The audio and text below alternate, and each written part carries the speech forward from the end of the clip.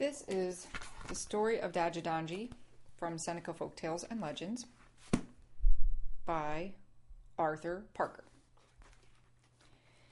The origin of the chestnut tree. In a lodge that stood alone in a land of hills lived Dadjedondji and his older brother, Hawiyas. Dadjedondji busied himself each day in the forest, hunting game, catching fish, gathering fruits, berries, roots, and nuts, and studying the wonders of the woods.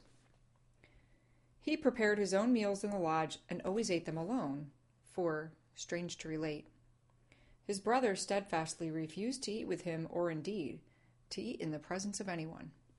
He never hunted or cooked, but sat all day, smoking moodily. The boy often pondered over the strange difference between his brother and himself, and at length resolved to pretend to start on his daily hunt, then turn back and secretly watch his brother. He did as he had planned, but failed to discover his brother, Hawiyas, eating or at any extraordinary practice. Night came, and the two boys lay side by side with their feet toward the fire. Dadjedondji remained awake in order to continue his watch, and toward midnight heard his brother stir.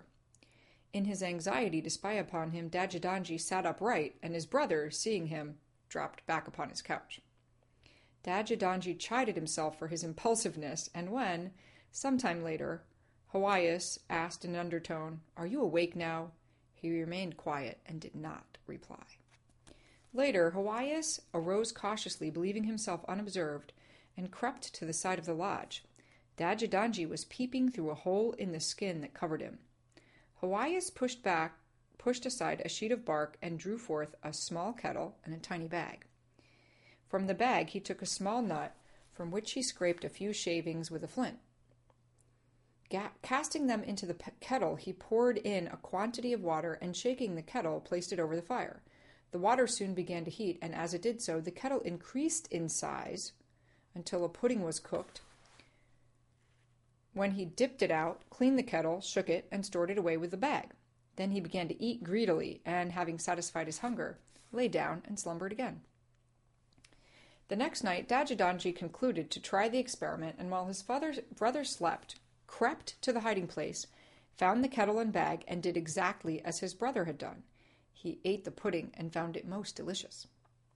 Wishing more, he threw the entire contents of the bag into the kettle and set it on to boil again. It was not long before the kettle began to expand so much so that it filled half the house. Moreover, the pudding began to boil over in enormous quantities. With a cry of dismay, the brother awoke. "Oh, what have you done?" cried he. "Oh, I'm dead! You've killed your own brother! Oh!" "What troubles you, brother?" asked Dadjedondji as he skipped out from the lodge. "You do not look very much like a dead man." "Oh!" exclaimed the brother, "you've used all my food. It is all I eat and can eat. No one can obtain more of its kind, for it is far away and charmed. So you've killed me!" Scarcely had he spoken when the walls bulged and the building collapsed. "Oh, do not worry, brother," said Dadjedondji. "There is more where this grew."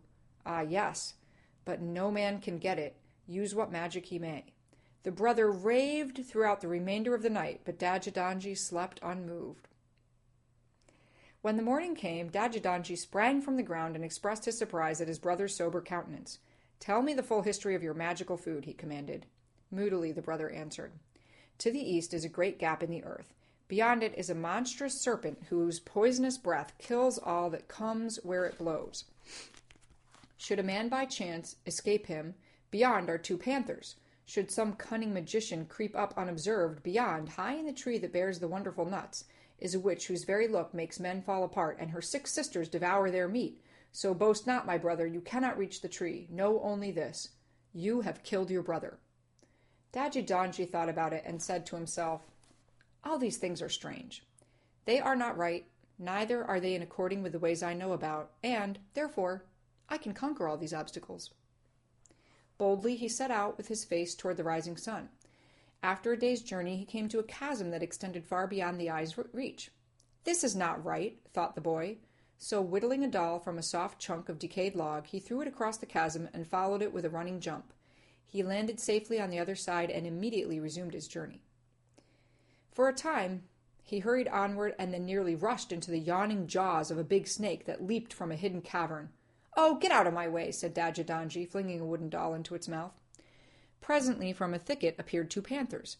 Dadjedondji drew two more dolls from his pouch and cast one into the mouth of each beast. Then, without looking behind, hurried onward again. A song came floating through the air, and following the direction, Dadjedondji came to a large branching tree. In its topmost branches hung the singer, a flayed human skin. But her charm song had no effect upon the boy, for he said, "It is all wrong, and I am right. Therefore, evil cannot befall me." The Skin Woman lifted her voice and sang with increased vigor, "An intruder comes to our clearing." "Come down here," called Dadjedondji. "I have a present for you, Gaswada Wampum. Promise you will be kind." The Skin Woman, seeing the handsome purple quills, descended and accepted the gift with many grimaces, and then drew back into the tree. Now, wampum is the emblem of truth, and the Skin Woman was entirely controlled by evil. Holding the beautiful necklace in her hand, she sang, "I have been bribed by a present of wampum not to tell of a stranger's approach." While she sang, she threw the beads over her head and around her neck, and the beads grew tight and choked her into silence. Out rushed the 6 sisters that had been called ravenous cannibals, but their shouts were not those of anger or of gluttons, but glad cries of joy. Coming up to Dadjedondji, they saluted him and with extravagant flattery thanked him for coming to rescue them from their evil sister.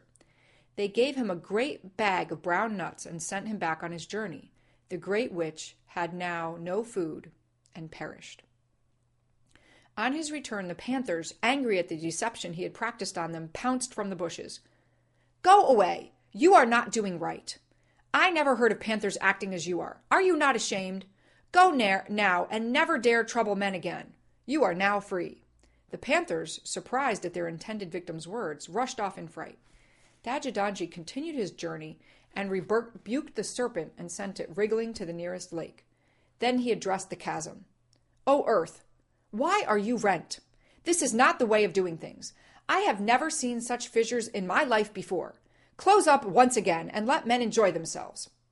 And the earth closed with a loud clap. Walking safely across the solid earth, where once the breach had been, he persevered until he reached the ruins of his home. His brother was sitting mournfully on a log, still lamenting, but Dadjedondji bade him cheer up and showed him the large bag of nuts. He gave him enough for several meals, and then sent him on to the lodge of the 6 sisters, where he could find a good wife to cook for him. Then he went upon the side hills and scattered the nuts over the ground, and in time beautiful trees grew, and now all the world has chestnuts. When they were confined to one tree, they were magical, but now their powers have gone, and they neither spread nor burst kettles. And that is the origin of the chestnut tree and the story of Dadjedondji.